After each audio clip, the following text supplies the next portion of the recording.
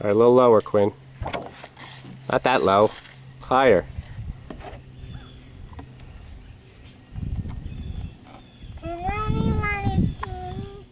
Alright, It's open in the morning here, Special Regs, Pennsylvania. I think it's September 18th, 19th, whatever that Saturday is, it starts.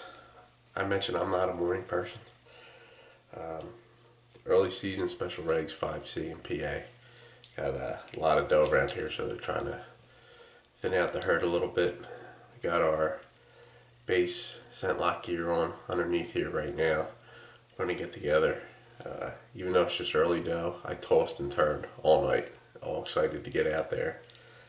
I don't know, if I had a nickel for every time I tossed and turned, I don't know how the rest of that saying is, but I'd have a lot of nickels. I am not a morning person. I don't know if I mentioned that or not. I don't like coffee first thing that early in the morning. And one time I tried this little 5-hour energy deal. This thing worked great. No sugar rush. I didn't get all jittery. No crash. I wasn't wired. I was awake. So we're going to drink a little bit of this so we're not falling out of the tree stand. I'll be down there a couple hours. Bring you guys down there with me. Then I have to be back. So we'll get an hour or two maybe in the woods tops, and then we're back here at the house.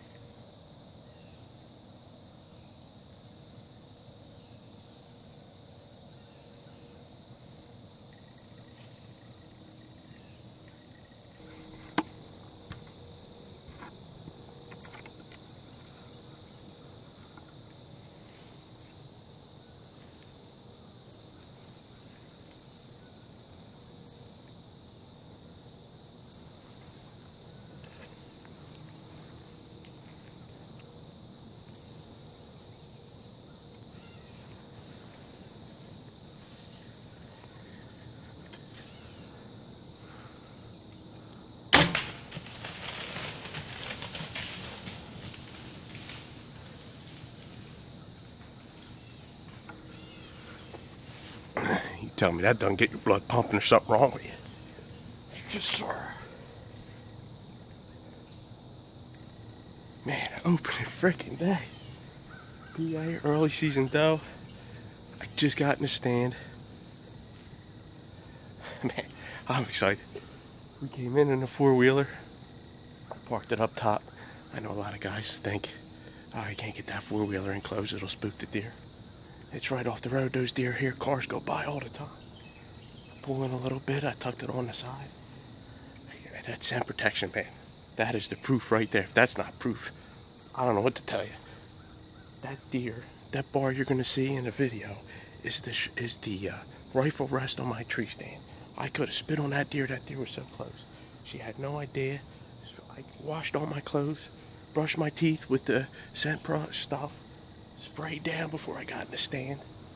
Walked down in, nice and quiet. As soon as we got in the stand, a beautiful red fox came right down the trail. I tried kissing at him with the noise, but we didn't get him on there. I was busy trying to figure out what's the best spot to put the camera, and that doe, beautiful doe, walked right out in front of me there, right on the trail.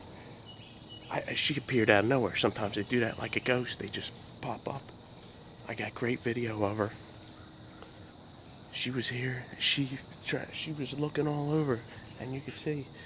I think at 6 cents, she kind of knew something was up, but she couldn't smell us. If she'd have smelled us, she'd have busted. When I came in here, the first thing I did was try and get up, set up nice and quiet. Then we checked our wind. We have one of these cool little scent checker deals. I don't know how great you guys can see it on there. We check our wind, and I'll tell you what, I don't know how well you can see that, but that wind is going straight out. It's not the worst wind, but it's not exactly what you want. We're actually sitting over here directly across on the other side of the field where I set up, where I've been seeing all the buck. I didn't want to get in there and possibly spook any buck, but I wanted to use this as a scouting time. It's a great spot to hunt because we get that 2 week early season at doe. There's nothing like that first day, putting all your gear on, getting everything up. I mean, that's just something special. Give her another couple minutes. Whew, man, I'm shaking. I'm excited. I can't wait to bring this deer back, show my boy. Might get a chance to get back in bed. I won't be able to sleep, but we get back in bed. I want to just take the time and show you just how close this deer was to this tree stand I was just sitting in. And you tell me scent control isn't important. These are the leaves that deer was just nibbling on. That doe was right there. Doe came out of the corn right there, standing 4 steps from that doe. You tell me scent control is not important. There's no way that doe would have hung out that long. One of the things of Archer, tell me what you want to see. You want to see blood. That's what we got. We got blood right away from 5 steps away from where we shot. We got decent blood right away, so we'll check this out. Let's go see what we got. Well, here we are. We're still tracking. We got good blood. Man, it is thick in here. As any archery hunter has gone through before in their life, you want to talk about roller coaster of emotions. We got good blood all through there, tracked it all through, and she ran into the thickest part of the woods here. We just spent the last hour and a half tracking through all the freaking picker bushes, and I heard her crash. I know she's down there. So we called in the reserves, called a buddy, and we're gonna go see if we can go. See, I know where the last blood is. We got good blood. I watched the shot back, and and when you hit them good and those front legs are going down, she's like a bulldozer. We're gonna go back, take some of this gear off because now it's getting hot, and come back down, put them a couple more hours in with a friend, cover a little bit more territory. Called in reinforcements, called in my good buddy Mark. What a roller coaster ride. Really got disgusted there for a while, started to get frustrated, backed out. We looked at the shot again. We must have tracked her probably about 75 yards to 100 yards. And if you pan around, you'll see it's thick in here. This is a PA suburban hunting. We still got decent blood, and I just found my arrow. As you can see, that broadhead just about came off. She must have been working that through. We got good blood on there. We got some hair. I think the shot was a little back because we got some gut on here. We obviously didn't get a pass through.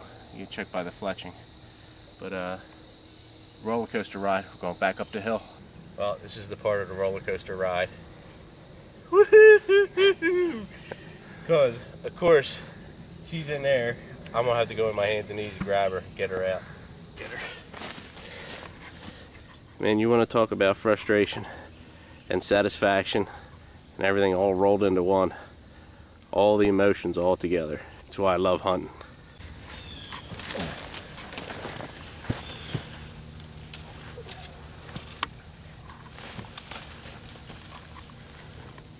Okay, this is the part where I just want to warn everybody. This part's a little bit graphic, so if you're a hunter's wife and you happen to be watching or anything like this, this is your warning to look away for the next 10 seconds.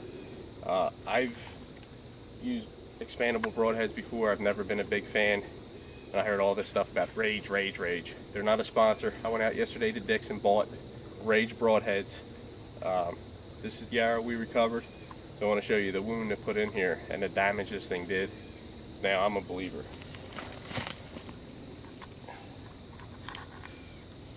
You check this out. That wasn't even a pass through. Look at the damage that this did. Cut right through. I made for an easy tracking job and all this thick stuff. So again, I don't have any sponsors. I don't have anything like this. I'm just telling you it works for me. As a working man, I want to know what works because it works. So, hey, I'm going out and buy a couple more. We're going to tag her up. The rules state before you move the deer and do anything like that, you got to tag her up. So I'm going to tag her now so we get our tags. A lot of guys write out these tags and they'll rubber band them to a deer or cut it through and use a twist tie, put it through their ears. What I like to do, I carry an extra tag holder in here. Fill out the tag, put it in here. If it's snow, wet, anything like that, it protects it when you're dragging it through this thick stuff, and you get the big safety pin to put through here. Makes it a lot easier. I've had it where I've drug deer out 150 yards, get them out to the road, and I can't find my tag because it got ripped off by a branch. So I don't know, I think these things are 99 cents. Get yourself a couple extra. They make life a lot easier. For the newbies that are out there, we're probably about maybe just 75 yards, but by the time I get 50 yards out, it's going to feel like 150 yards. But time to drag. I think I got this at a sporting goods store in Westfield. You just get yourself one of these. It's worth it. Drag a deer out without it and tell me if this isn't important. So let's get her out of here. I got to be a better shot next time.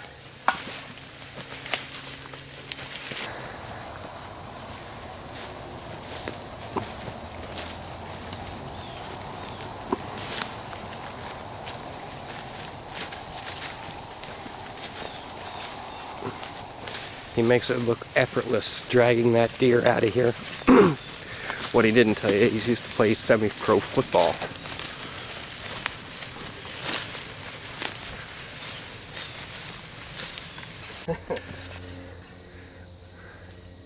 The tag fell off. Scratch that tip off the list. Extra tag holder in here. Fill out the tag, put it in here. If it's snow, wet, anything like that, it protects it when you're dragging through this thick stuff, and you get the big safety pin to put through here. Makes it a lot easier. I've had it where I've drug deer out 150 yards, get them out to the road, and I can't find my tag because it got ripped off by a branch. So. He wasn't kidding when he said the tag fell off, but fortunately for Chris, he went to get the four-wheeler. I came down looking for the tag, and he had to put it in a camouflage pouch, so it made it really easy to find. What I said about that tag, don't make it camouflage, make it orange. I had an orange one. I had to grab that, and you know how that goes. So we're going to load her up on the four-wheeler and let the four-wheeler do